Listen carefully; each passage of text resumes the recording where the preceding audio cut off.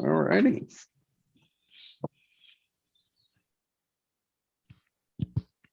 No way, my man. The antidote to success. Now, why in the heck would you want an antidote to success? And it's because success is the addiction that's taken over most of the world.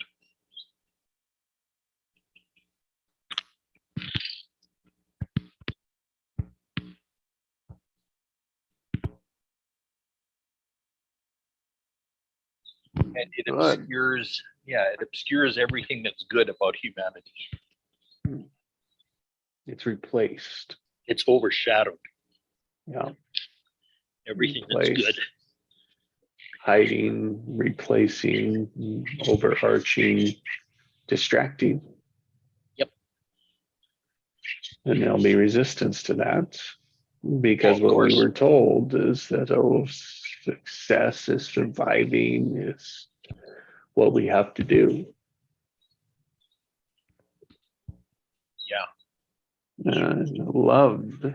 So in that there's the pattern, and what you said yesterday, group is to replace the context.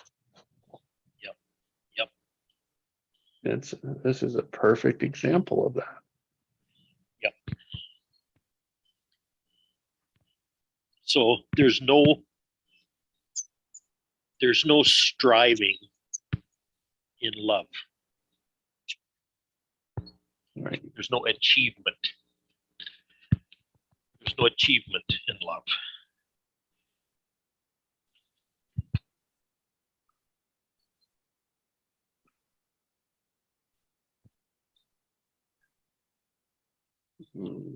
There's no, it's like the intention, and you look for it. I mean, it's like it's there. But the intention, the focus, if you will, the into existence, needs to be there.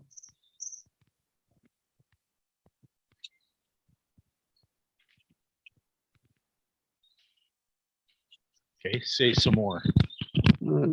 Declaring it into existence, like that is love. I love this. I enjoy that. This makes me joyful. And here, a good example is if you find yourself in flow, is that really work?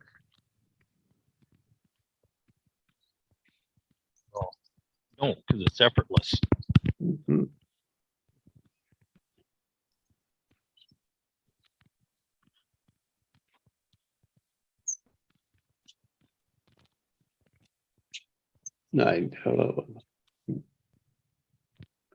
Part of it is to acknowledge it's like, that's success. So success for me is this pattern. It's just to focus on it, just to notice it. And then we ask, well, what is this? What do we want? What do we want for this pattern? Yeah. What was your word yesterday? What does this pattern need? Yeah. What is this pattern looking to?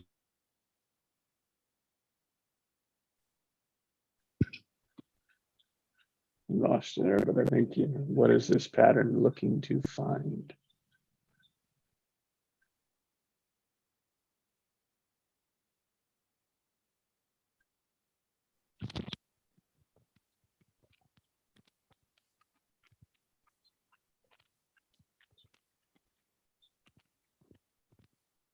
So the antidote to success, meaning replace the pattern of success with love. Would that be a interaction, an exchange?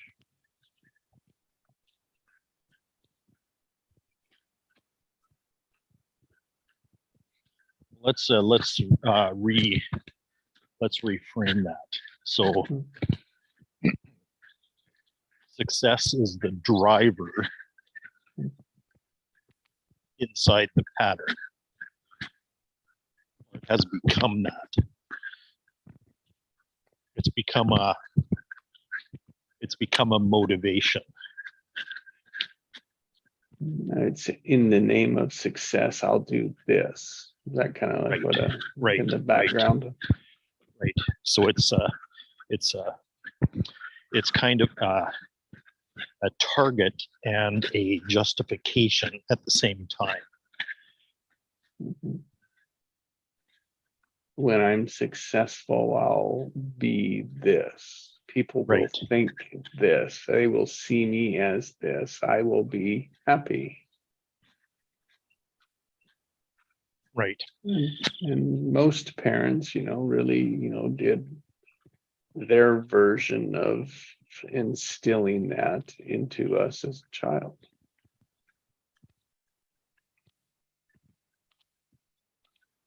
Yeah, and the other side of it is that if I'm pursuing success, then I can justify my actions because it's because of success that I'm doing what I'm doing. That's right.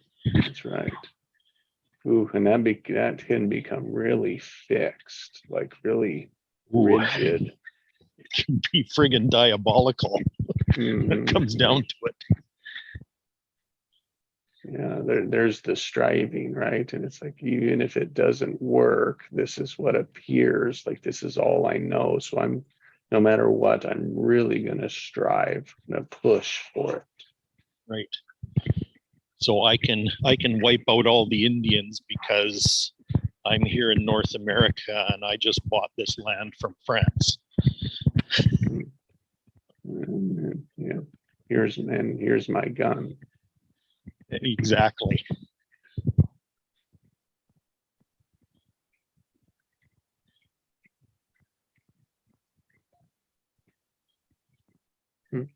I own it. There's that damn word, I own it. Yeah, yeah. And so I just go ahead and take it from people who have absolutely no understanding of what the hell's going on. Right, because they don't have a word that says own because it's for everyone. Exactly.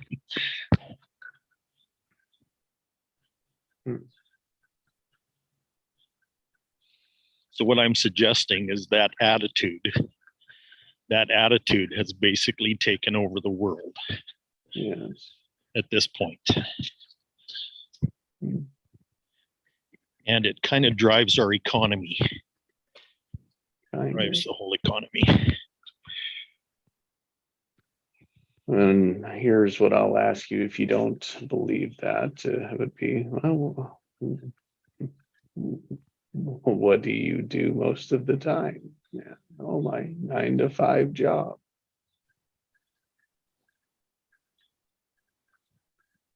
Yep.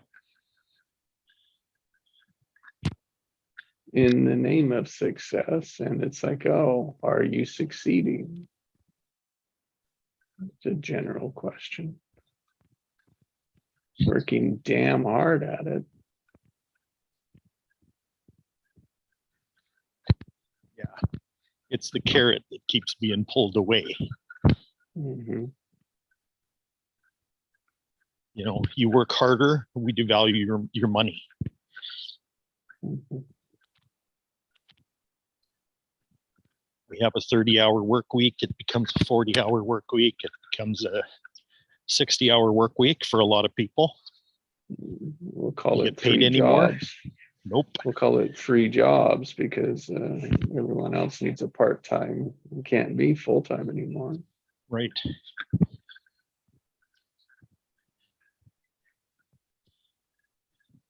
And all Yeah. that's just a way of disguising oppression. Yeah, let's see. I like that word, but yes, it's an indirect oppression. Yep. Self-imposed oppression.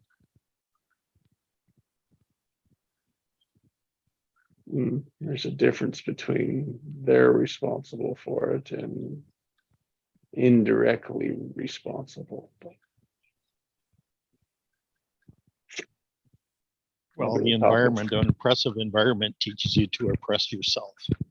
I'm part of that system, right? Yeah.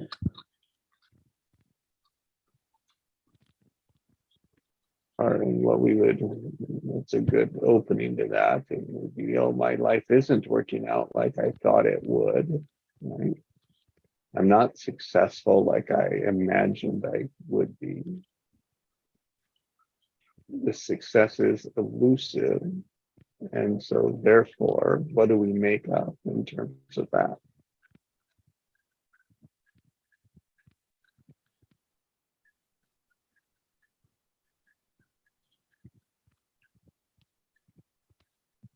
The result is for some people, they work harder, right? They do more, they pick up extra jobs.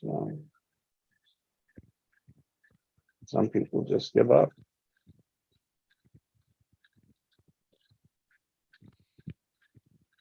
Yeah.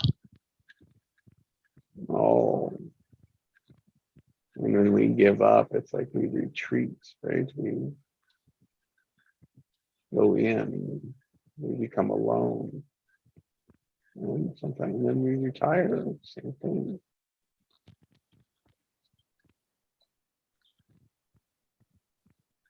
Success is some mark based on our childhood expectations.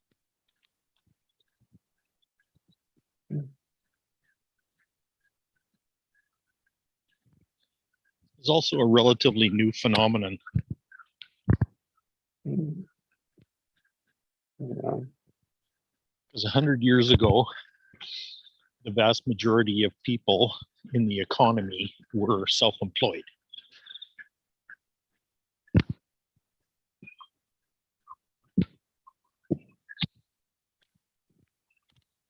Yeah.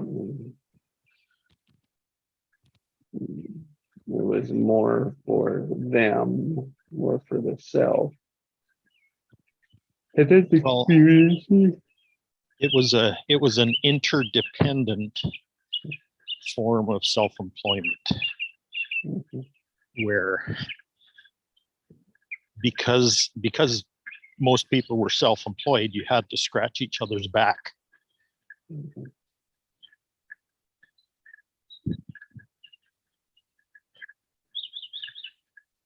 So a lot of it ended up being cultural. Like if you were Jewish, you patronized your Jewish, your compatriots, right? If you were Italian, you patronized those, and and those weren't fixed boundaries either. But it was very easy to find the holes in your economy, in your cultural economy, and fill them up with your children.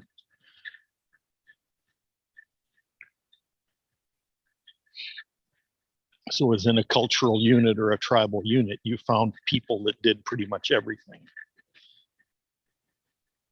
And they all supported each other.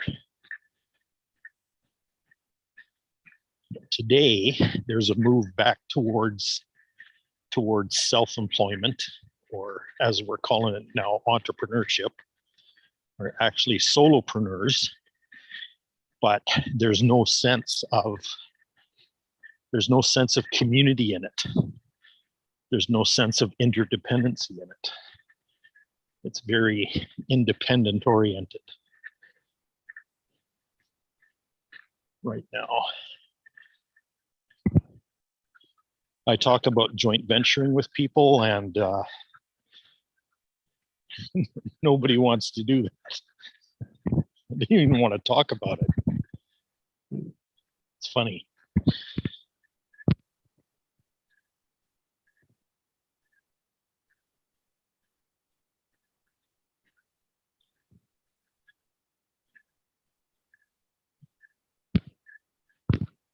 And annoying. It's a joining capability. Yeah. JC. And my perspective on this is from someone who's been self-employed their whole working life.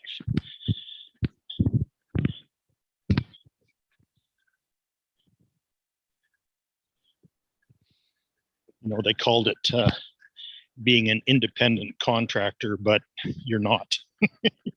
You're not independent at all. Mm-hmm. You also don't own your business, Nope. which is another thing that I get a kick out of. You got all these people that hung up their own shingle and they say they're a business owner. It just makes me laugh because they don't really own anything. They own a job, maybe, but they certainly don't own a business. Nope. It's a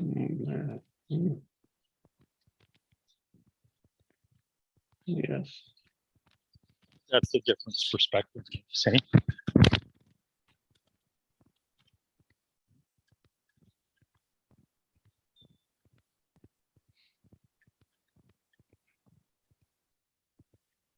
It's very selfish.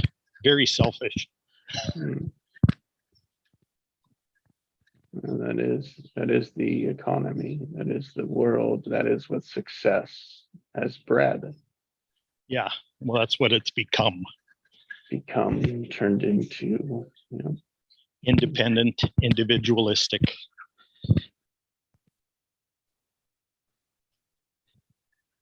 I mean, I fight that all the and it goes, our organization is the smartest, my people are the smartest, I'm the smartest, and no one else out there can help me. Well, and so much of that has come from bad help over the years. Oh yeah. And everyone's looking for the answer, right? And so they're wanting you to tell them the right answer that they're unsuccessfully putting together. Yeah. And if it's something different, something new, no one's going to listen to it.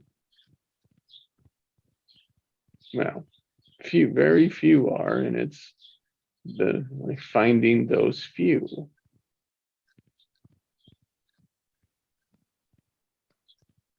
Fascinating.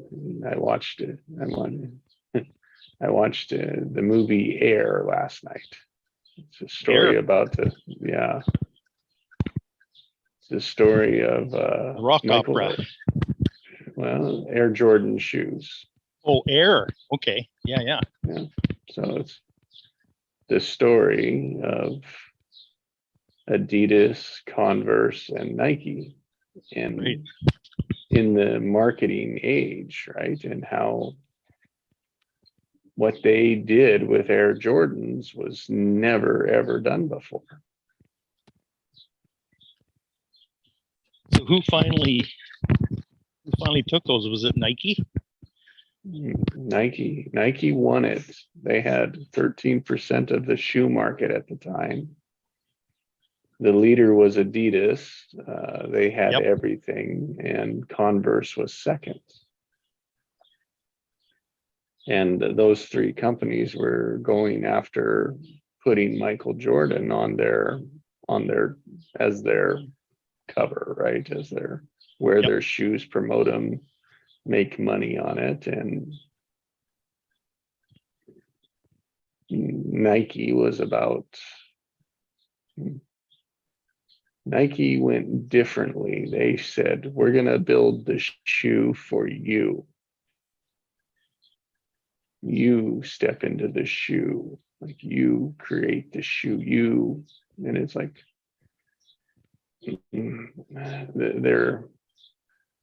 they gave him a brand basically. Yes. Yeah. Right. And it was like how the movie plays, it was beautiful because they gave a typical offer, right? A typical, this is what we'll do. It was more money than anyone else they had ever given a contract to. But Jordan's comeback was, I want a percentage of sales. Yep. So they got the contract, but they were like, we can't do that. No way. What, you can't give them a percentage of sales? Yeah. Wow.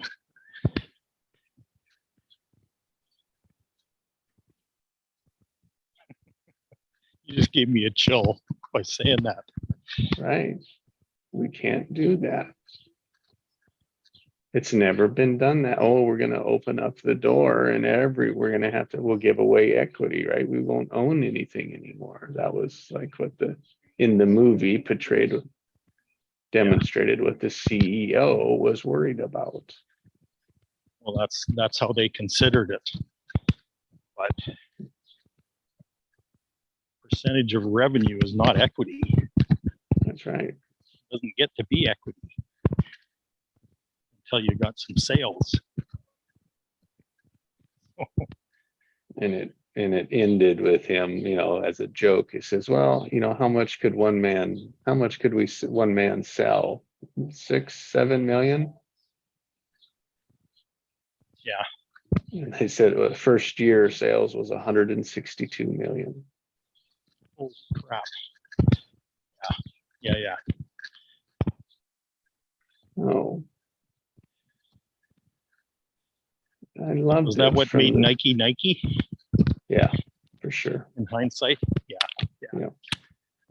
Because they were just a running shoe at that point, and they wanted to break into the market of basketball. They were about ready to lose the department.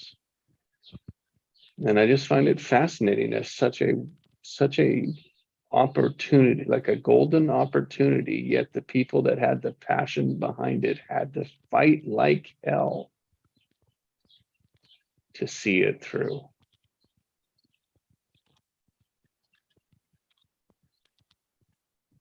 Yeah. There was no support for it. Everything was stacked against him.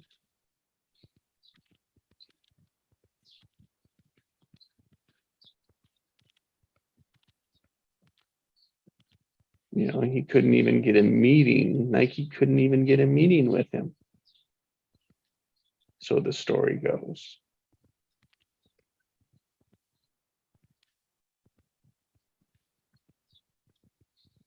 Yeah. You know what's freaking me out right now?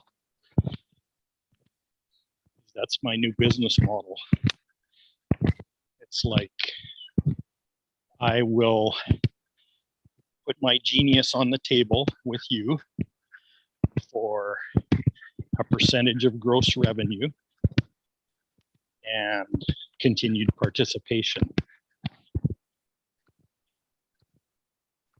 which means I reserve the right to continue making the opportunity grow. Mm-hmm. So it's not just a product, it's ongoing participation. Mm-hmm. Yeah, it is the new economy. It's like the passion leads the profitability.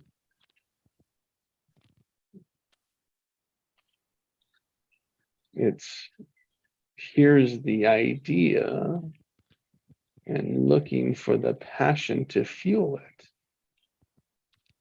And the result, the outcome, one of them could be monetary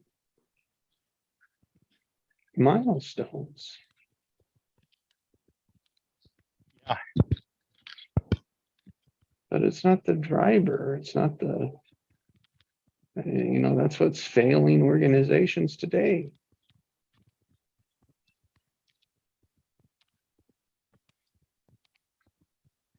Even when they're raking in the big bucks, right? That's what's, that's AI's opportunity, is people's passion with not a lot can change it very quickly.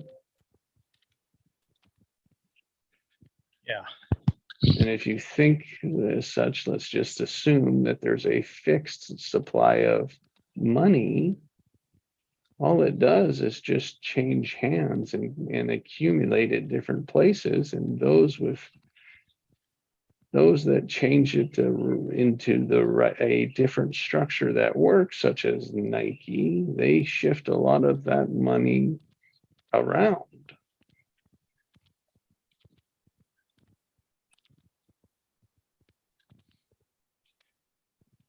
We call them new markets, right? Yep. But really what happens is that people stop spending somewhere and started spending somewhere else.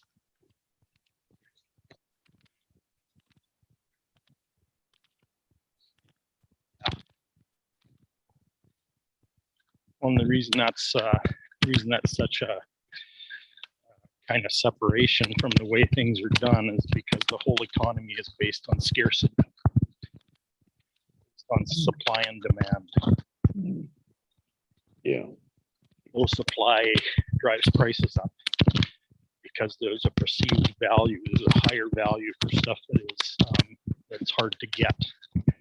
So you expect to pay more for stuff that's hard to get. It's all based on scarcity.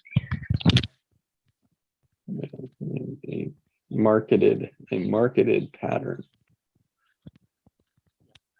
Yeah, well, and the whole consumerism thing fits in there and all that too. Mm-hmm. We're trained to be consumers. We're not trained to create. We're trained to consume.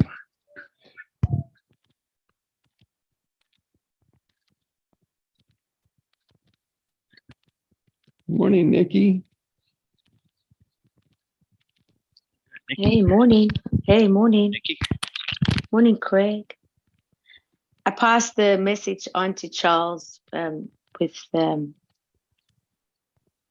you asked me. So he said, awesome. Thank you. Awesome. He appreciated it. Give him a big hug for me. Yeah. Yeah. Awesome. Thanks. Yeah, thank you.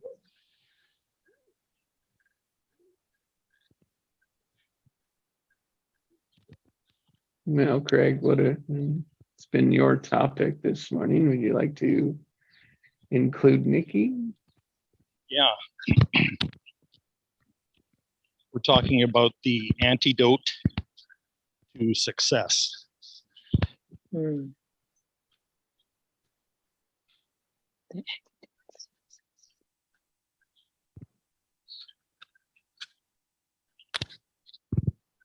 Success is the mantra that pretty much has the whole world consumed right now.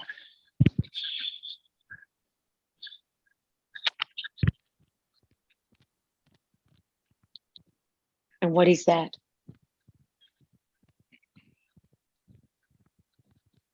Well, we talked about success being an addiction.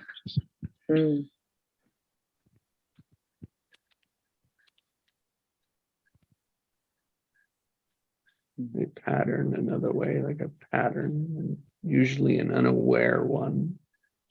Yeah, that's kind of taken over everything and stifles creativity. Yeah.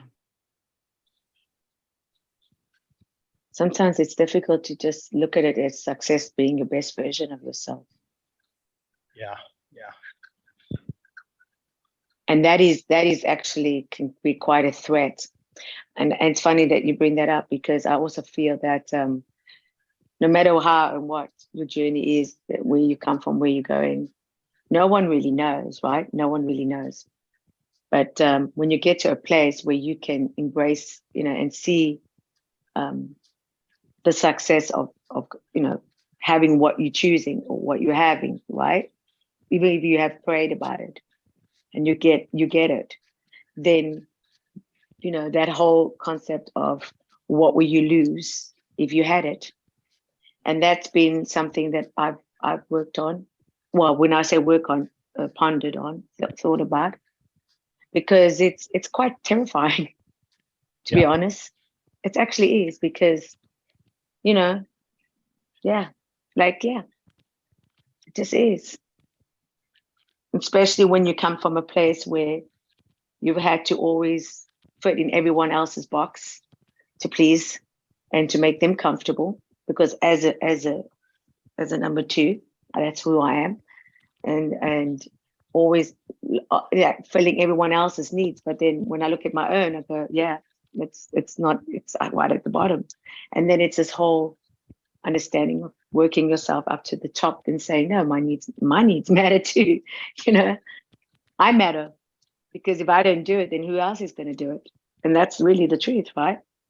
So the success is like, And then what is success when you think about it? Because it's never going to be enough, right? It's never going to be enough till you get into your heart, really get into your heart, and then with such awareness of gratitude and saying thank you that for right now that I'm in my body, Yeah. I mean, the real simple basic things of just coming into your body and saying, I'm here. What do I need to learn? What's my experience? Who do I want to interact with? And then just allowing you to be in this knowing. Because it just goes around and around and around otherwise. Yeah. Getting the validation, getting the response of somebody to respond to your text, or just things that you perceive that maybe that your connection with someone, But when you think about it, when you really think about it, it's really nothing to take personal. Do you know what I mean by that? Yeah.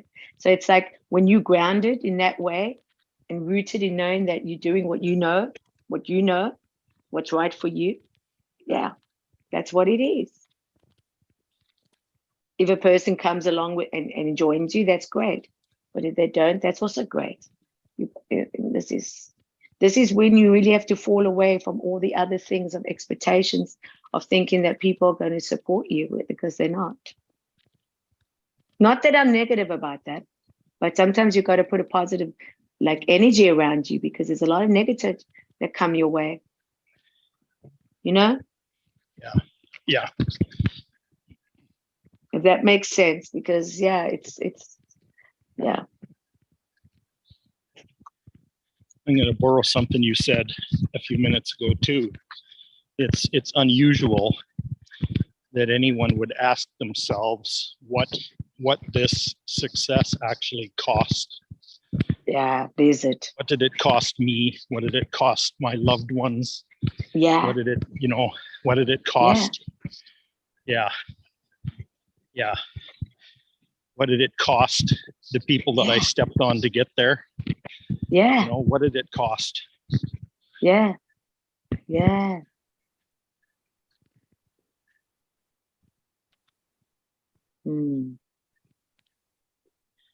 I know a lot of when I was in my 20s and 30s, there was an awful lot of fathers that were pretty darn absent from their families chasing success. The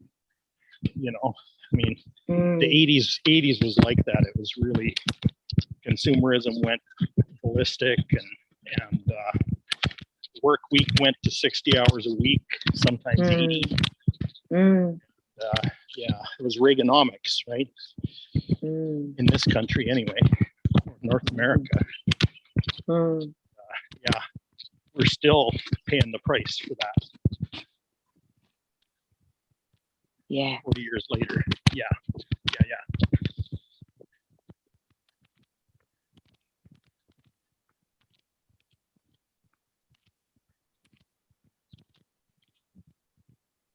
it's a tension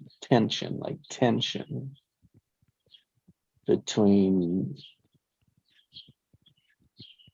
the old structure of, you could call it success, like, well, this is what is required, this is what's needed, and then that is so ingrained in the thinking.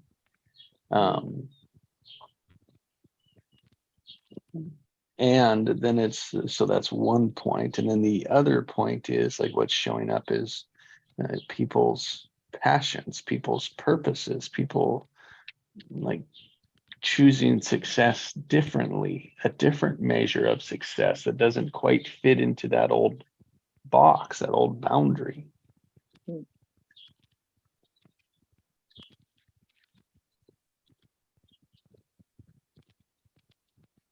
Yeah. So what happens when that economy structure collapses? What happens then? Oh, the new one's built in its place. New one's built in its place, but in the meantime,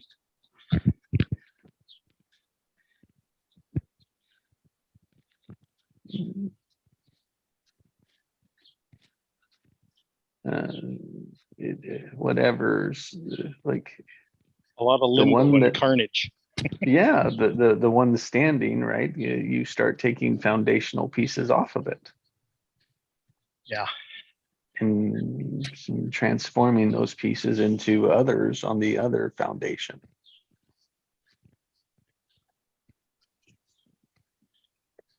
Well, and we've had a few warnings too.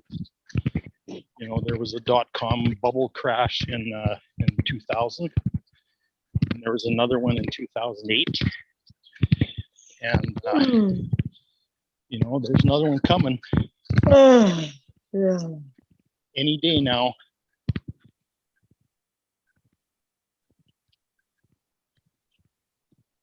There's signs that it's already started. Yeah, and as soon as something happens, everyone can't wait for it to get back to the way that it was. Right. Well, but that's been the problem. Mhm. We patched up the 2001 and patched up the 2008 one. What's interesting to me is that the 2008 one was patched up by the taxpayers.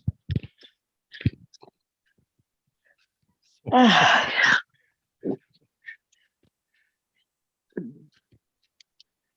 the people that created it got off scot-free.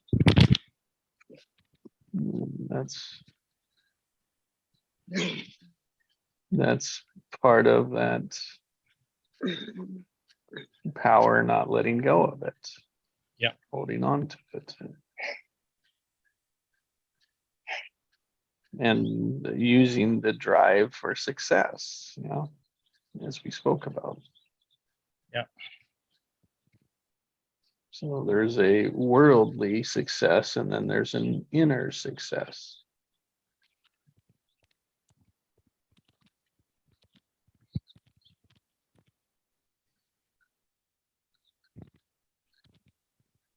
Yeah. I think my success personally is following through.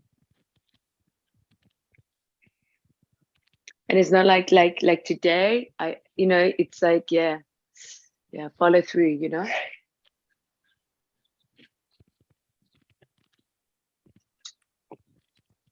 Doing things that really suck. But you keep doing it.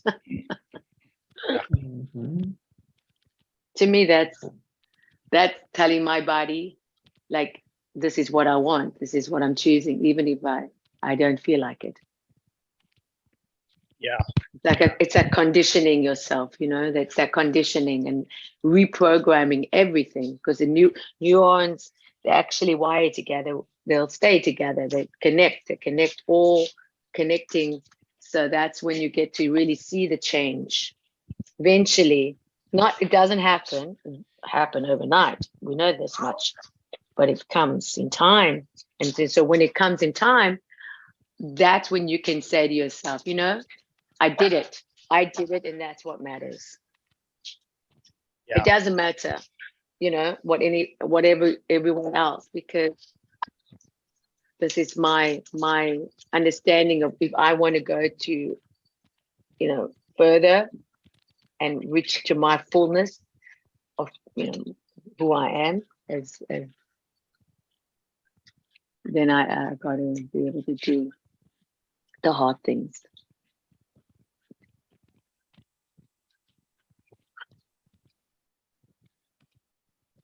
And as we've discussed in this group many times, one of the main reasons that we're here right now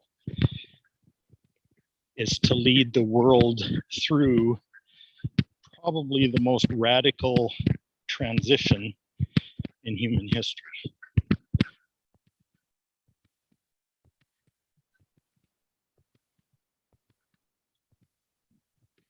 Old energy to new energy, old structure to new structures.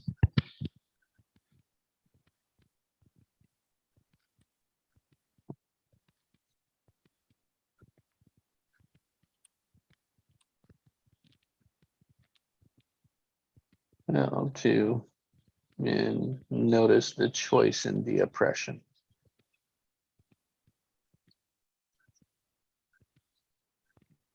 Say more.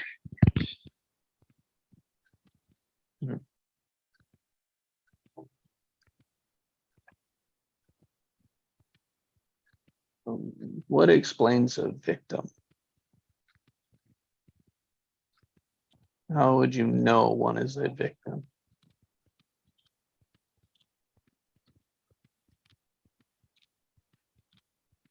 What defines a victim?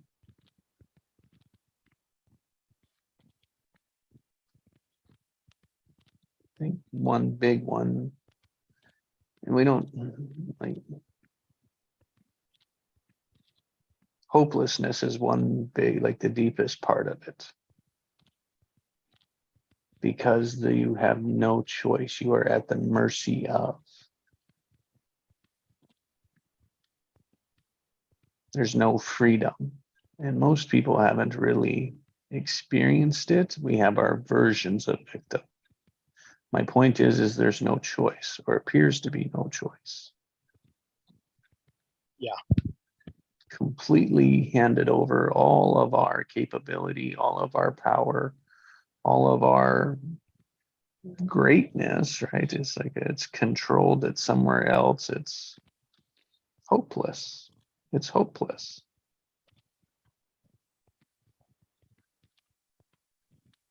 Yeah. It's funny We're that you just mentioned. Yeah. hoping someone saves us.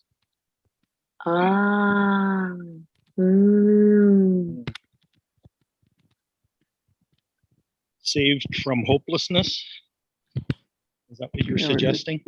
Well, No. yeah, right. Someone gives us hope, right? Or somebody, like if we're a victim controlled by someone, like most people think of a victim, you're kidnapped, right? Like that can be a version of that.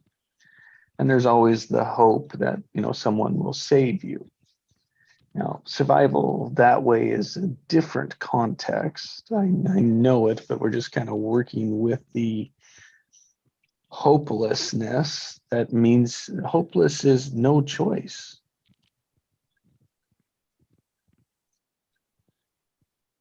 Yeah, yesterday I experienced something that I like. Funny enough, you bring in victim. This is very, very good to, voice out. Yeah, because just the fact that having to have others, it's amazing where they can their energy. Like, let's just say you like them, you admire them, because that moves my needle when I admire somebody. You know what I mean? It's like that they can really influence me, because I love them, right? In general, right? And it's funny how you can have this energy where you're feeling flat, eh? You're feeling flat. Do you know what I mean by flat? Like just flat. It's like there's no emotion there. It's just flat. And and then you can go into your thought and say, what are you thinking about that? Because you can change your energy, change your life. I know this much. But when you have somebody that you have that connection in any way, in any form, they can just put a thought in of suggestion to you, you know, and how it can spark you up. It's incredible. It's incredible. And, you know, like, yeah, it's just the energy, you know what I mean? You feel the energy, you feel it, and you go, oh, like, wow, you know, regardless of how you were interacting or how you were like putting out your energy, the other person, for generalizing, you know, could give back a little bit of something where, not something, but something that you could feel, oh, okay, that's a little bit of a motive, like a moving the needle, if you want to call it, you know, moving the needle. Like you can go, oh, okay, cool. And then I asked myself yesterday, yeah, like, why can't I do that for myself? Because I do. Most of the time I'm doing it, right? But that's the whole reason why as a species, as a collective. I mean, we're not yet to be honest on an island, yeah. So this need for others of a connection is important because we're here to be connected. Yeah. It's a human need. So what, you know, to fighting that all the time, to think, oh, you got to have it all together, you got to know how to do this, you got to know how to do that. But in the end of the day, just as a child growing up, your feelings were not expressed because they weren't allowed. I'm just saying, yeah, and that is conditioned. So you grow up thinking, oh, if you say what you feel, then it's not going to be really accepted, because that does happen. Till you get the vocabulary, because words are not really what they are. We make them up, you know. You know, and that's how we have to learn how to skillfully communicate and how to be able to articulate and feel everything. So this is where I feel now that I've come into my empath, rather to feel than use words now.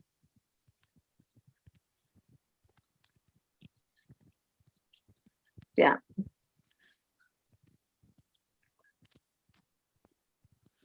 Yeah, I think it's, I mean, that ties into the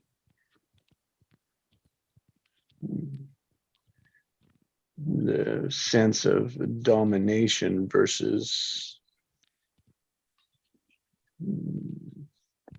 service with one another. What do you mean domination? Domination on yourself or on others? Talking about the success thing, right?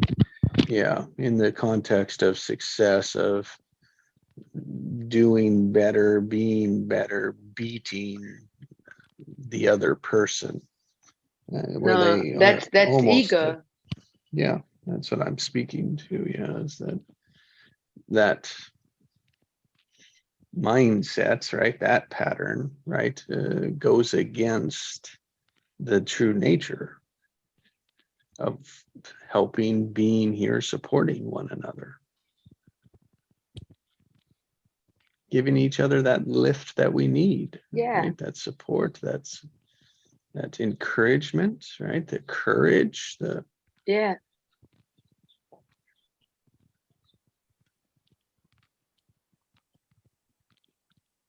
and it's success is not bad. It's not what I'm saying with it. It's our orientation to it can be upset. We can be obsessed with it. Well, success is actually a victim mentality. And I like how you said it earlier. It's a scarcity, so it's a fighting for it. Yeah. Well, that's what I mean. If things weren't scarce, if you weren't a victim, if you weren't a financial victim, let's put it that way, you wouldn't have to go for success. Wouldn't even come into the picture. Yeah.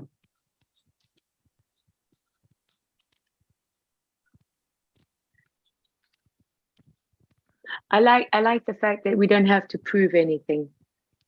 No. You know, there was somebody that came with a gold Rolex sort of, watch. I'm just giving an example. And he sat next to Kobe Bryant. He was interviewing. And Kobe Bryant had an Apple Watch. And he looked at his watch and he thought, oh my God, like, what am I, like, what is this?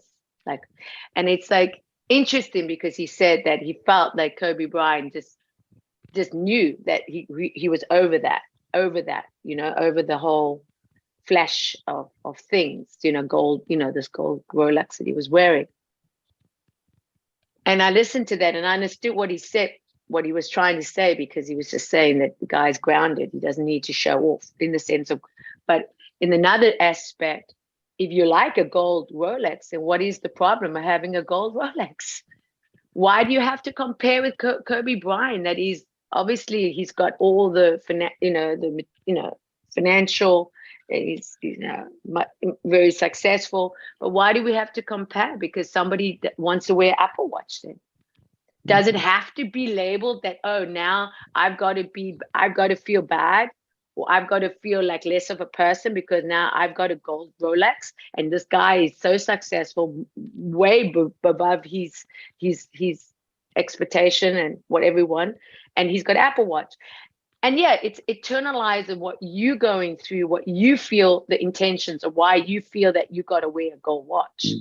It's the only reason is because that is in your insecurity that you got to show up the way you want to show up, because you don't have the backbone to say, hey, I don't need to have a gold, you know what I mean? So his intentions was that. But if you want to wear a gold Rolex just because you like it, right? Then I don't think they should be labeled on that, But that You know what I'm saying? That comparison showed up for him. It showed up for him. To tell him the truth. To tell him the truth. Exactly. Not anything else, just to tell him the truth. Nothing else. Just tell him the truth. And that's where I find the beautiful, how important it is right here, right now, in every day to stay grounded, like to walk in nature, to literally be grounded and focus and intentionally of why you want to do something. Because, I've lived here for 19 years, and it was very beautiful because when I did the graduation for my son, I'm talking pre-K. These kids came from pre-K right up to 5th grade, and all the mothers and everybody, and it was a big completion, because we're saying goodbye to middle school. I'm 276 for 8 years, and I was very involved in the school, the committees and things like that, and did whatever, blah blah blah, help out, etc. And it was almost like a farewell. We were giving ourselves a farewell. And what was so beautiful about it is that it's like just doing what at the time, because I was a scared mom in the beginning, right? When I took my child to the first year of school, my nerves were finished. I was so nervous. Oh my God. And all the other mothers waiting for their kids, and we were having this time together and talking. And so why I say that is that it's amazing how, you think that you're just going through the motions, but the impact that you've given others, and then others coming up to you after all the years, maybe not even greet you, maybe sometimes greet you, and not all the time, but it's okay. But they come at that day and they express themselves, and I go, wow, that's interesting, huh? Because they saw me in that way, and then when they saw me the last day, they saw me differently. But I looked at it with a smile on my face, saying, no, you see yourself differently. It's not me. This is the truth. Because you think that you making some sort of change. No, they made the change. They made the shift in them. Because I was still Nikki. I'm still Nikki. Still say good morning to everybody. Still say good afternoon to everybody. You know what I mean? Had a chat when I could chat with whatever. take a call when I need to take a call, be there. I was still there, still me. But it was them that changed, because they could come to me and say, oh, Nikki, blah, blah, blah. And I go, well, thank you. That's very kind of you, But then in that process of going through the motions, they didn't even sometimes look at me. Do you follow what I mean? So the fact that, you go into a room and you think they're giving you stare downs, you know what I mean by stare downs, like staring you down, up and down. Because women do that. They really do. And I love them, but they do. My And mother I go, was a master at it. oh my God. And stare Oh. at you, literally stare at you. And I go, oh Yes. my God. Like, if you want something from me, I mean, do you need something? Because I don't know. It was like, it's very awkward. It's very uncomfortable, actually.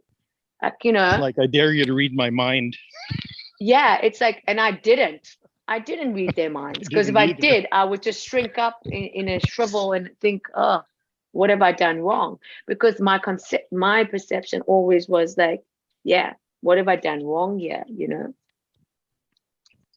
But I had to come to the conclusion where I really had to say, no, I came here to serve. I'm not here for anything. I don't want anything from you. I don't need anything. I'm just here, doing my part. That's it, And yeah, so I realized all this time they actually had very good, admiring, inspiring feelings about me. And I thought, only if I knew that, we could have nicer, when I say better conversations, but we could have had a nice relationship. But they didn't. They distanced themselves. It's funny, isn't it? So yeah. And then the one person, I'm just saying, like, it's just incredible. It's just incredible. So that's why I always say, when you can encourage somebody, encourage them, it costs nothing. If you want to just share with them, even if it's a smile on your face,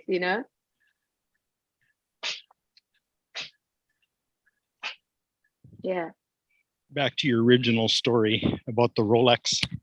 Yeah. I'm just kind of amazed how that comparison thing actually showed up for him. Yeah, right. It was very impressive. Particular time, like all of a sudden. Yeah. So I would say maybe the lesson there is pay attention to what shows up. That's it. Yeah. There's something in it for you. There's a gift in it. Yeah. There's a gift in what shows up. Yeah.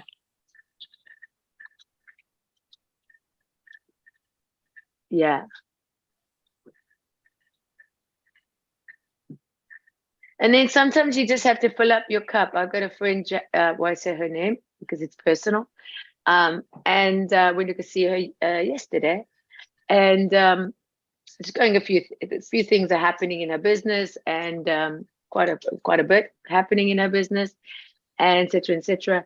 And why I say that is she it's amazing, how she gave herself something, okay? And she showed me. And I said, well, wow, that's beautiful. She's, yeah, it is. And to me, that shows you why I don't want to go into detail, because it is a personal thing. But what's beautiful about that was it showed me that she could treat herself.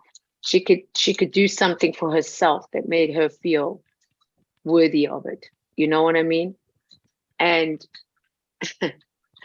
it was interesting to observe that, because it was quite inspiring, Yeah. Yeah, it was really inspiring, because it wasn't about, oh, can she afford it? Or is it necessary to have? Or is it You know, who do you like, really, honestly? I mean, you know, but she did it because she said she doesn't know when and how and she's going to be able to use this, but she just wanted it, in a sense of just wanted it. And what came to me that made me realize that how beautiful that is, because she's in a very, very difficult situation. And it showed me the light, because she doesn't know when or how. Listen to that innocence. Doesn't know when or how it's going to happen, but she just bought it because. And it's almost like she's giving her that light, that understanding that some way, somehow, it's going to be the time when I'm going to be able to. And I thought to myself, isn't that interesting? That you got to know for yourself what is for you ahead. And even when you're in a place where it's not even possible, you get to say, I'm making this move because I see myself.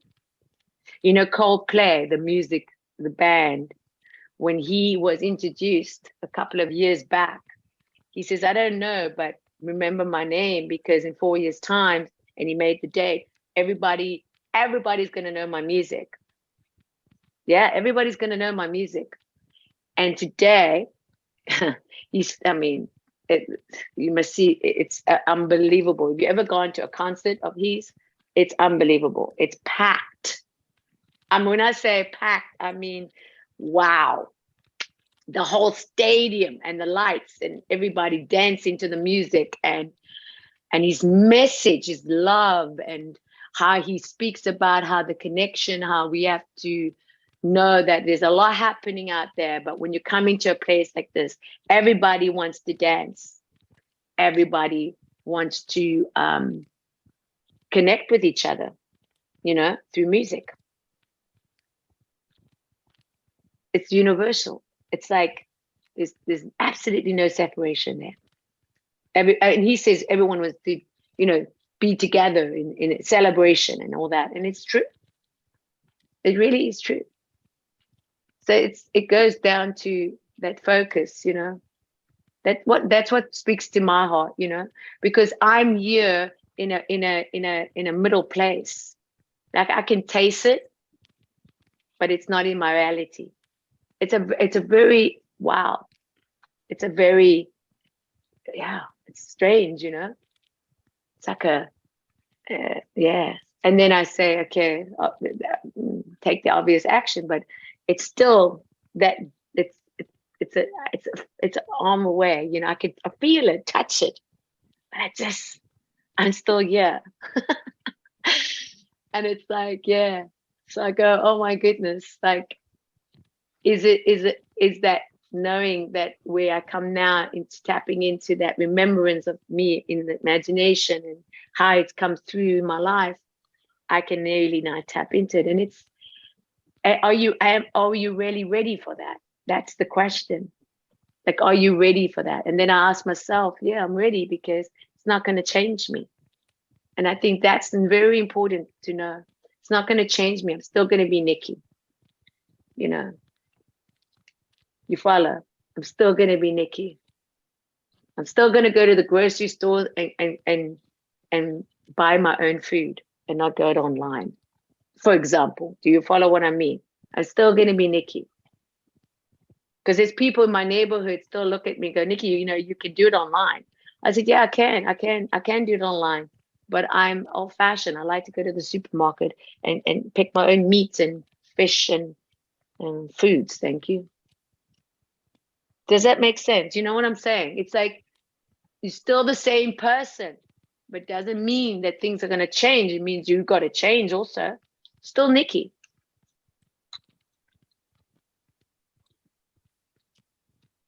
I think that to me is success.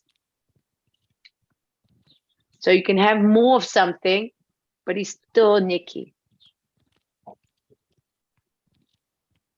Yeah, I do know what you mean. Yeah.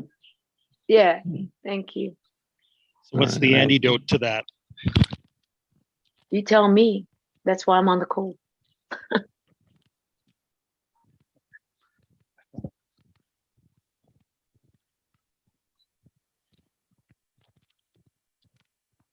Go ahead, Jesse. I interrupted you.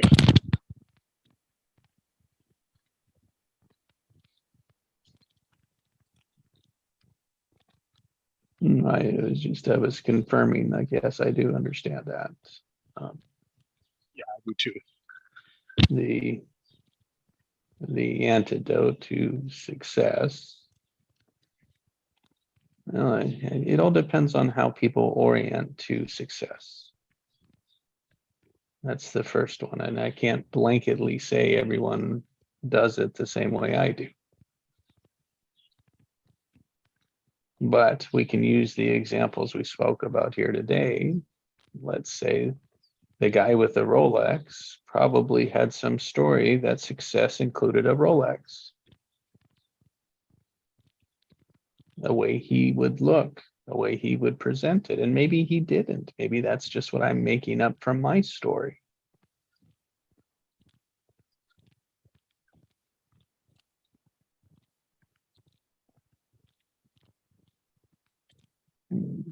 So, I mean, to the whole antidote of success is to, for me, is to see,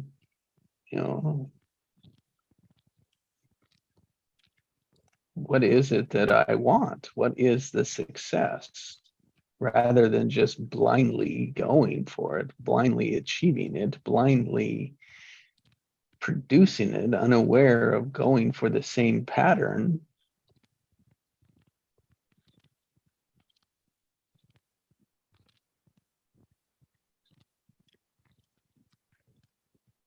When it might not be, better yet, it's not in the direction of the, you could call it the passion, the purpose for life.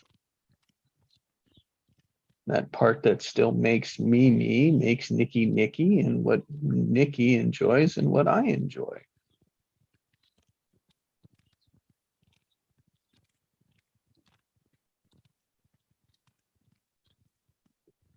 I mean, at the end, question could be, do you love your drive for success?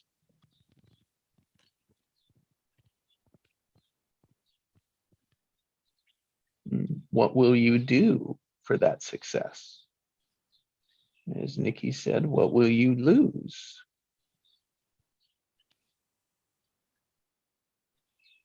Do you identify with it? You identify with it, yeah. Are you attached to it? And like, how so? There's many people that aren't attached to it, and those that are attached to it judge those that aren't.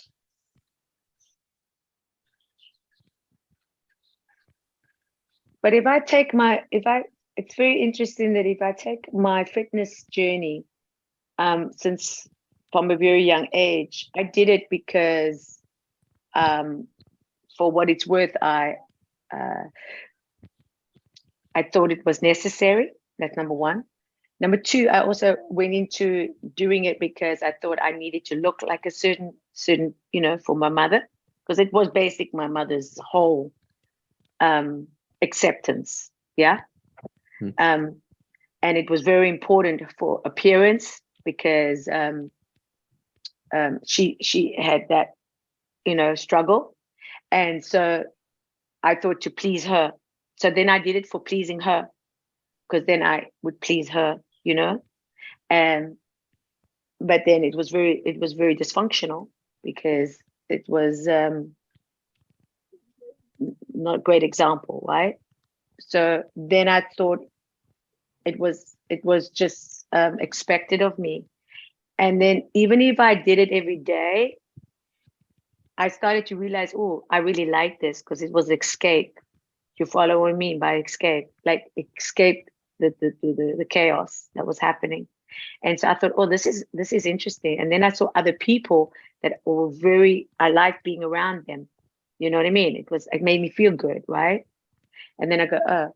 And then, this whole thing with having a nice body, you attract some nice people. Yeah. And then you go into that. And then it's funny how it's all like comes into full circle with coming to a place where now I don't do it to be attractive. I don't do it because I'm asking to be looked at or appreciated or even, I do it because I know the necessary. This is vitally important to know why you're doing something. And it doesn't matter. And this is what I love about the journey of healing. It doesn't matter where you start. You've got to start somewhere.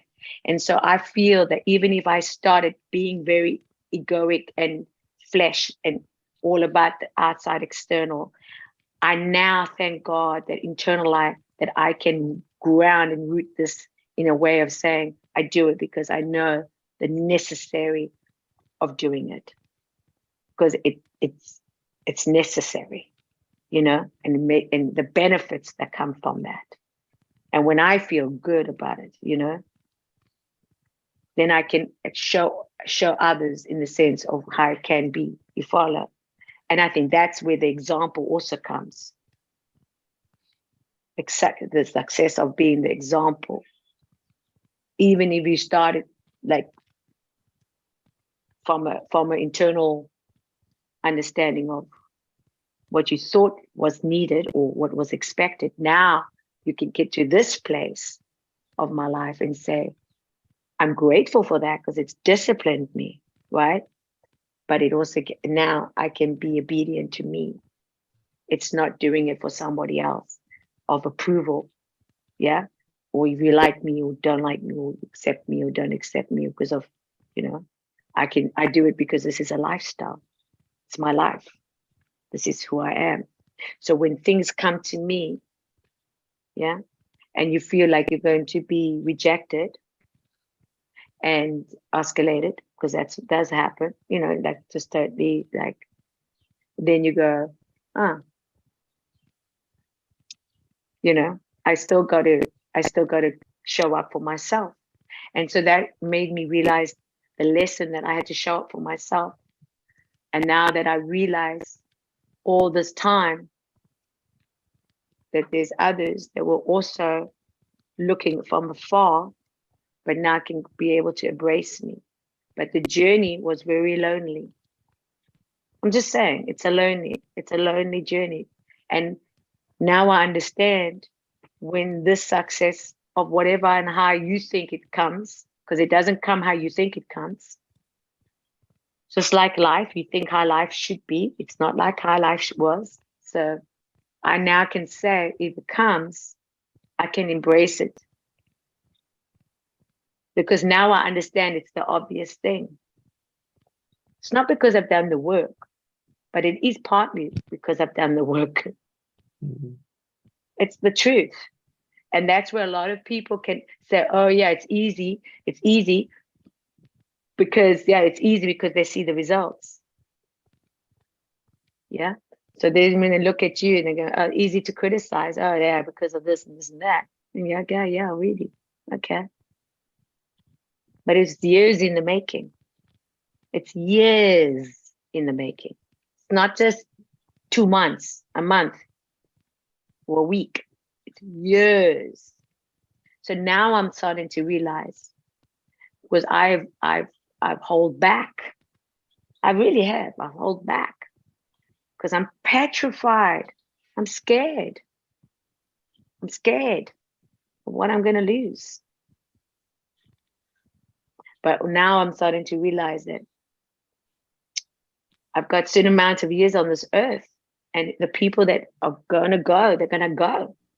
Then it makes room, because I have to trust God that the right people are going to come. And He always comes. The right people always come.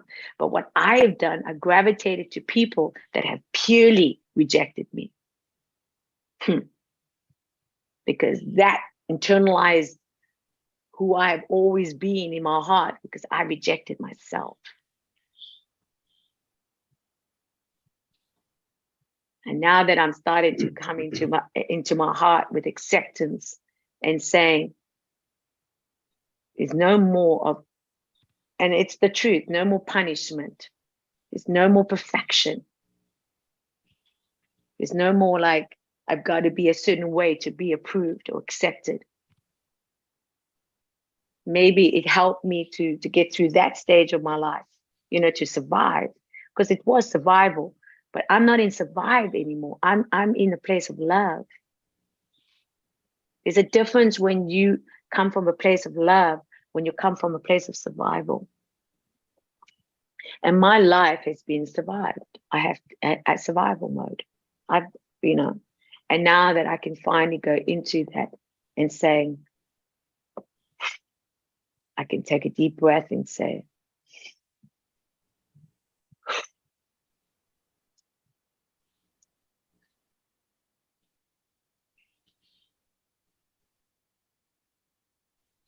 because loving yourself is successful.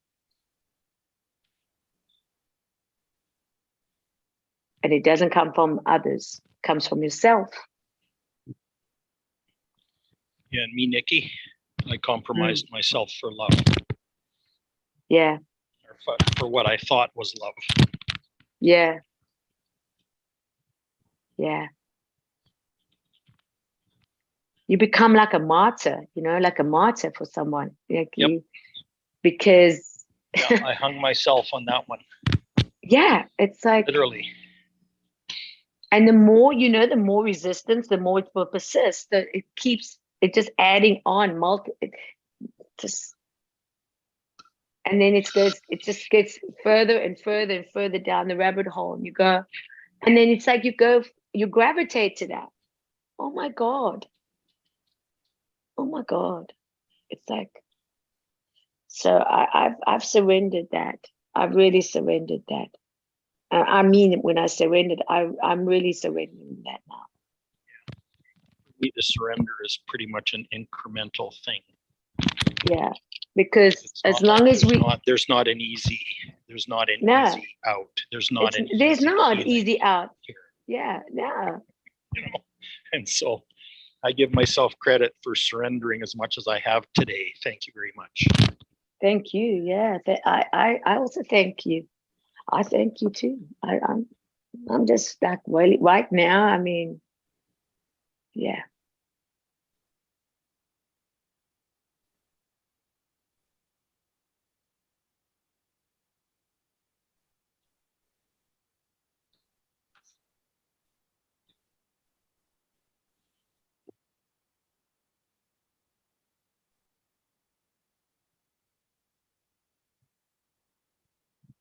So the antidote to success is giving it up. It's what? Giving it up. Amen. Is Letting it? it go. Wow. Now that out of all that we spoke, you see, this is what I love. This is really what I'm loving, is that the fact that we can talk about something that I don't know what I'm talking about. I'm just talking here. I'm not thinking about it. I'm just talking, man, because I'm desperate. I'm actually, I really, honestly, I'm just talking. And that's what I love, because one sentence, literally one sentence closes One that question. chapter. It closes it. It just, there's the book. Closed. Yeah. It's done. Give it up. Just give it up. Oh, Jesus. Thank you. The cool thing is Thank too, you. once you Just give it up, something give else it shows up. up. Yes. Yes. Give it up. That's it. And One word, baby. Which Give kind it of up. answers the question. That's it. That's it. This is it. This is the, when I say, oh man, when I say to God, like I say, you know, with whatever you want to tell me, or what I need to know today, what is the obvious or whatever, and knowing this and this and that. Isn't it just beautiful when you come into innocence and you just like not just allowing, just allow it, and then the word comes. And that's where I really feel the stillness comes into, because I know stillness. When I don't know something, just stay still, just be still, you know, stay still, quiet, and the answer will come. And today I know I had to talk about it because I didn't know what I was just talking, eh? And then this line comes, this beautiful, and I can feel it in my body. And now it's shifted. It's shifted. Like my whole body's shifted. I'm like innocent of play again. I got this mojo in me that I feel I can just work out for 2 hours. Because it's that's what I'm talking about. That shift. You know, that shift me. It's just one word. Wow. Give it up. I'm telling you, that's the word for me today. Give it up. It's like, and give it up. Just give it up. All the resistance, give up all the external, give it up all the everything. Just All the give it up. expectations, Yeah, just all literally the goals. all the goals, all the expectations, all what you think, all what you don't think. Just give it up, man. Give it up. Yeah, there's it. Because that's it. This is it. I want to be present. I want to be present. I don't want to be in the past anymore. I don't care about the future. I just want to be here in the present. I just want to be here, living fully in this moment. Because it's a practice. And I was thinking, if I know this, we all know this, but to really go into it and doing it is another story altogether. And to give that to yourself and saying, just give it up. Just give it up. I mean, when you let go of somebody or give up on the thought, isn't it exciting that you just can go, I got this, like this feeling of just, I can relax. Relax. Chill out, baby. Does that make sense? So thank you. Give it up. That's my word. That's it. That's the word. Wow, it's beautiful. Do you feel that, or is it just me? I feel like we've made a dent in that structure today. Oh, that's a big That structure dent, of that structure that's a structure that's success. Oh, give it up, man. Jeez, the day. I love it. I'm gonna show my enthusiasm. I freaking love it. That's what I'm talking about, man. If you're gonna be a conqueror, like a full-on go for it, you gotta give it up, man. Give it up. How you think it's gonna come, how you should come, how it should have been, how it should be. Give it up, because this is now real creation of being in your body, in your heart, in your knowing, in your purpose, and living.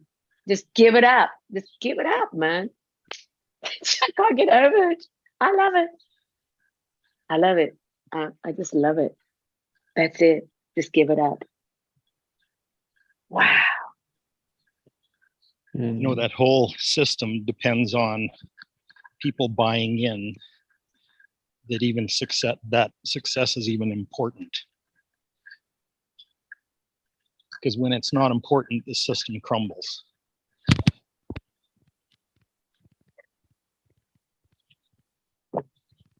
You know, that's what yeah, like just I'm just coming to a place where I just want to, have the good know that if I go to bed, I can put my head on and have peace.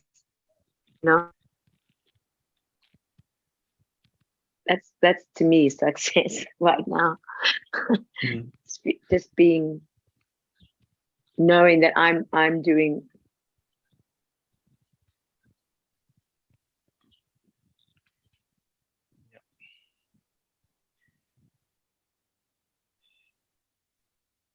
Yeah.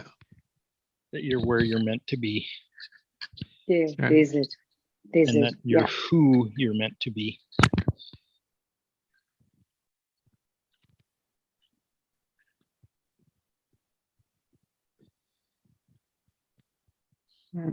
Just to give it up is a reset. Yeah, it is. It's a reset. It's a clearing. It's a reset now.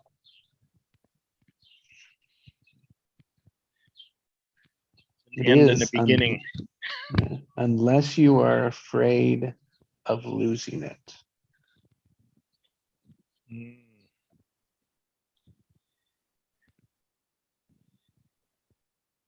And all that is resistance.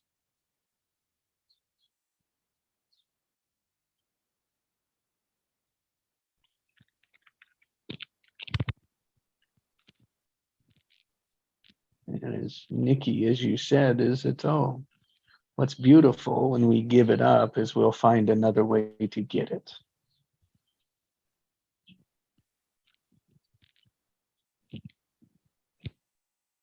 We'll find another way to go there. We'll find another if it's something we really want. If it's part of Yeah, the structure. creation of life. Yeah, What do we structure. want to? What do we want to put in that pattern instead Yeah. of success? Mm. What do we Yeah, want to it's put there? structure. That's right. And not 'Cause doing the the pattern's same going thing. to stay. Yeah, yeah. That's insanity. Doing the same thing, expecting something to change. So Bingo. that's the power of real structure, because with that, letting that all those expectations or what you're assuming or what you're thinking, you're projecting it, right? Because you are what you think. All these things, and we wonder why these things come into our lives and go, oh, because we created them. So now we can get the structure of going into our heart, really going into our heart, knowing that we put it into practice, knowing that our actions, our behaviors, our awareness, our intentions, and knowing that we're doing what we're purposely doing because we're in our own structure. We're not in somebody else's structure. Yeah. We're not trying to do everything else for everyone. We're doing it because this is what it is for you. And you are right about that guy with the gold Rolex, because he did say that what came to him, he said, oh my God, what am I doing? That's what his words. What am I doing? Exactly. What am I doing here? Like, what am I got to do some serious healing here, because this is not me. Because it was that, having to know that the internal things that he thought that did make him successful, yeah. But he realized that Kobe Bryant just had an Apple Watch, and it was like, this guy could, he's way, way more than that in the sense of what he can afford. You know what I'm saying? It's like, but he still started to look within himself. And I think this is a really beautiful reflection, because usually when you look at somebody, you're looking at yourself. It's just a reflection. It's just a mirror reflection. That's why when you're really looking at somebody else, you go, what am I seeing here in myself? And most things that you don't like about somebody, you actually don't like about you. It's the truth. And that's why you will sabotage that person, because you don't want to recognize it in yourself. But when you really recognize it in yourself, you'll be able to embrace that other person with no judgment. Because we're judging ourselves constantly. I don't care who you are. We are worst critics. And then we just want to blame others because we don't want to take responsibility. But once that responsibility comes, then we can face it. We can look at ourselves in the mirror.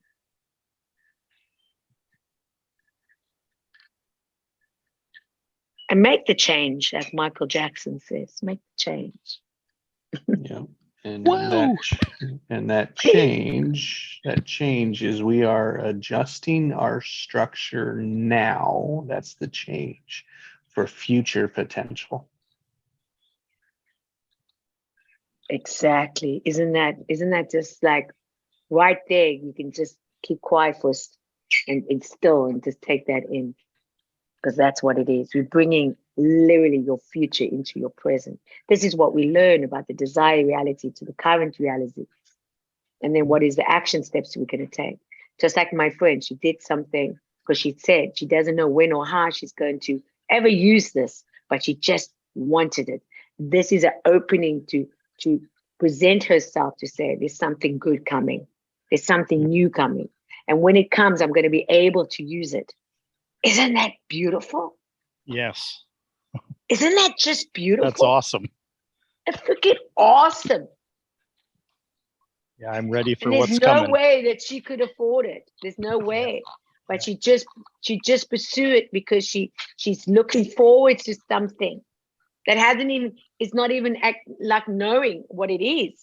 And that's where I choose to be, in innocence. I don't know, and of course that unknowing is the unknowing that we always say we don't have to know. And just to say I don't know it's a relief, because you don't have to know to do something. But when you get to do it, you get to say, oh, what was it? Is it that? Oh, okay.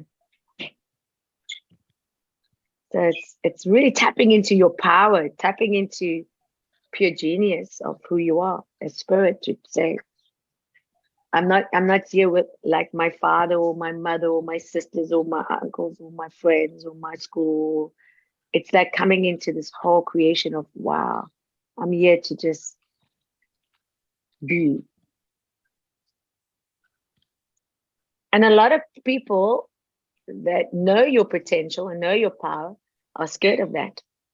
So that's also why you want people that you feel that are close to you, will support or love you and give you an encouragement, but they're actually scared of your power. They're threatened, honestly.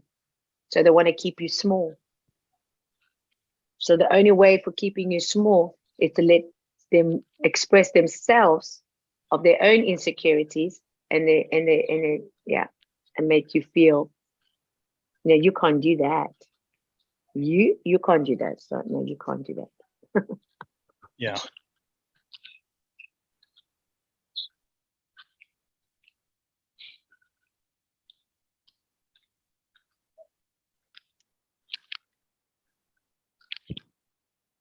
So may I suggest something to put in that container to replace success?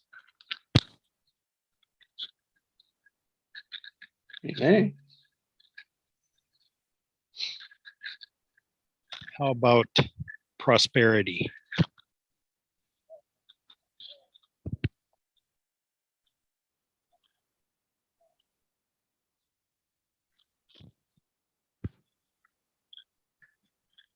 Mhm.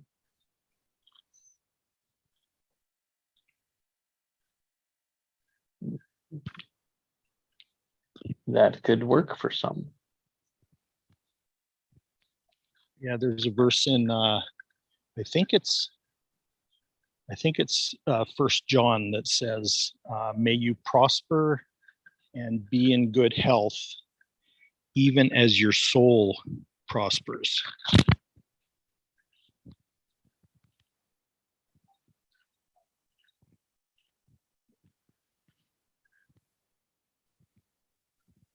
Yeah, that's it. That's lovely, because prosperity means success, flourish, or thriving conditions, especially in financial respect and good future. Yeah, because it's not just financial. It covers Yeah. a lot of bases. Or as Jesus Yes. said it, consider the lilies. Yes. Yes. Yes. Same idea. Wow, this is a beautiful. This is so beautiful. Oh my God, it's just beautiful. I love it. So thankful. Yeah. Wow. Well, I gotta say, this is quite wow. I'm Quite going prosperous. Quite prosperous. to.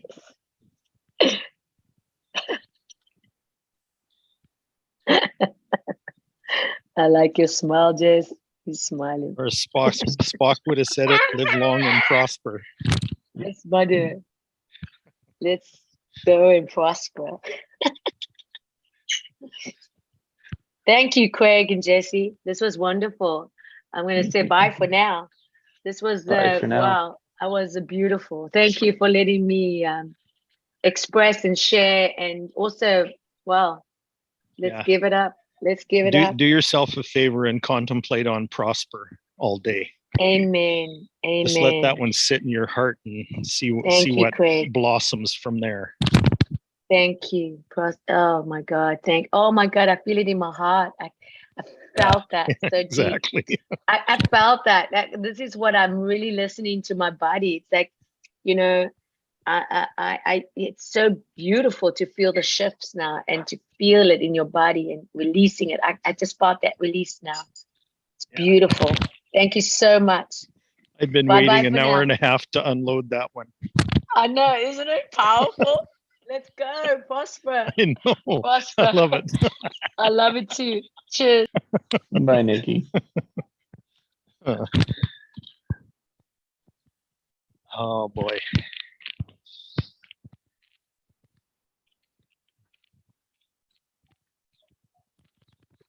I'm really glad that was so meaningful to her. Mm-hmm. Like the whole thing. Her whole Yeah. time here was really, really meaningful to her. Just let it go and prosper. Yeah. Focus That on was a big one. prosper. Yeah. Yeah. Did that come out of you first to let it go? Or did it come out of her? I don't remember. I think I brought it in. Yeah, I think you did. I think you did too. Doesn't It doesn't really matter, but I just, yeah. It But landed well. Yeah, it really struck a chord with her for sure.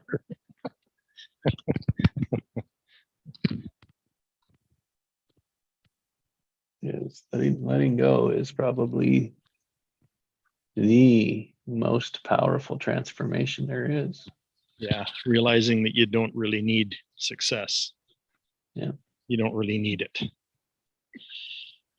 Realizing it's orienting you and you can orient you. Right. Your right. choice.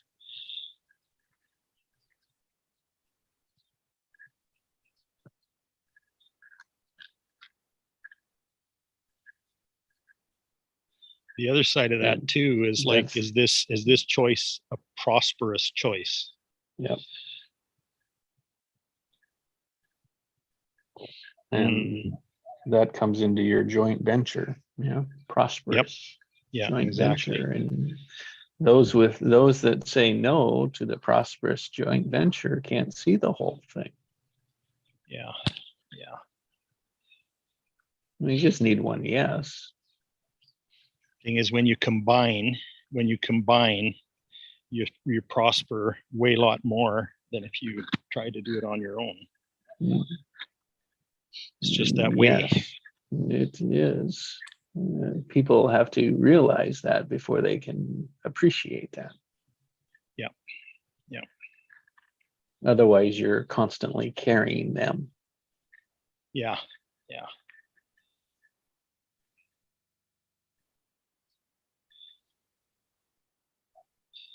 That's one of the worst, is when people expect something from it, right? They expect, and rather than and so the expectation leads into judging. Yeah. And that leads into disappointments.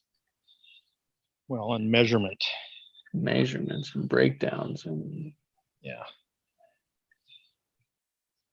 And rather than, it's like, I trust the genius, right? I trust the connection. I trust what's there.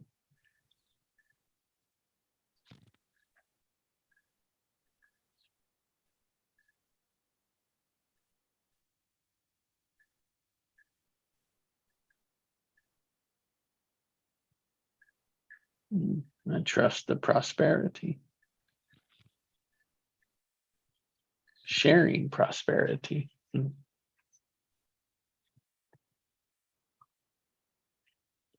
There's a lot of resistance for them around. Is it mine? Is it theirs? Or is it both of ours? Yeah. Yeah. Sharing prosperity. Hmm. Yeah. There's another level of his success.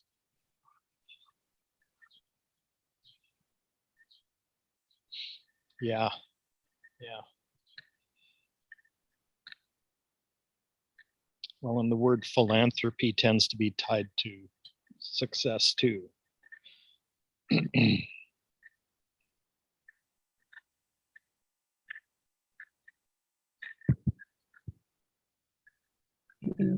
Afterwards.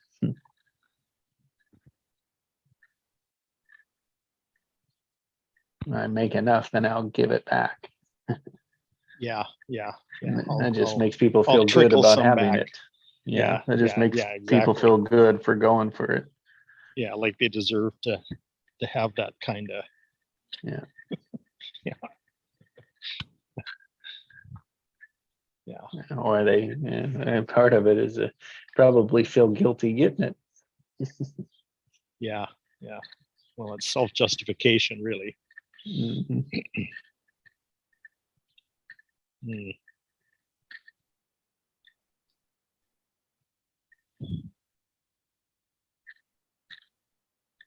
Oh, Craig, got a great morning. Thank you. Yeah, I did too. This is quite the event this morning. And of Great course, topic. following in the theme of the solstice, right? Hmm. So it's Yeah, like, so I felt it yesterday. I was tired yesterday, just felt the drain. yeah.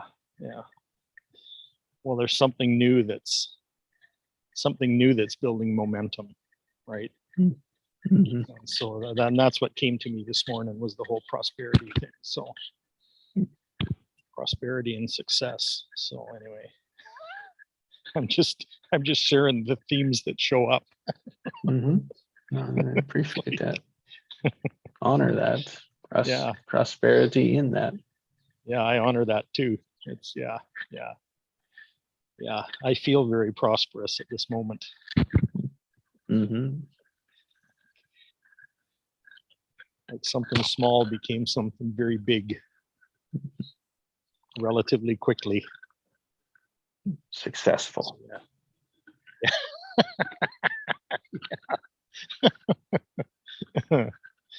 Success. Well, I'm gonna carry prosperity with me today. So Yeah. see Be what fruitful shows and up. multiply. Multiply. Yes, and. There you go. Love you, Jesse. Yeah. Love you too, Craig. Thanks, man. Have a great day. Bye. You too. Bye now. Bye-bye.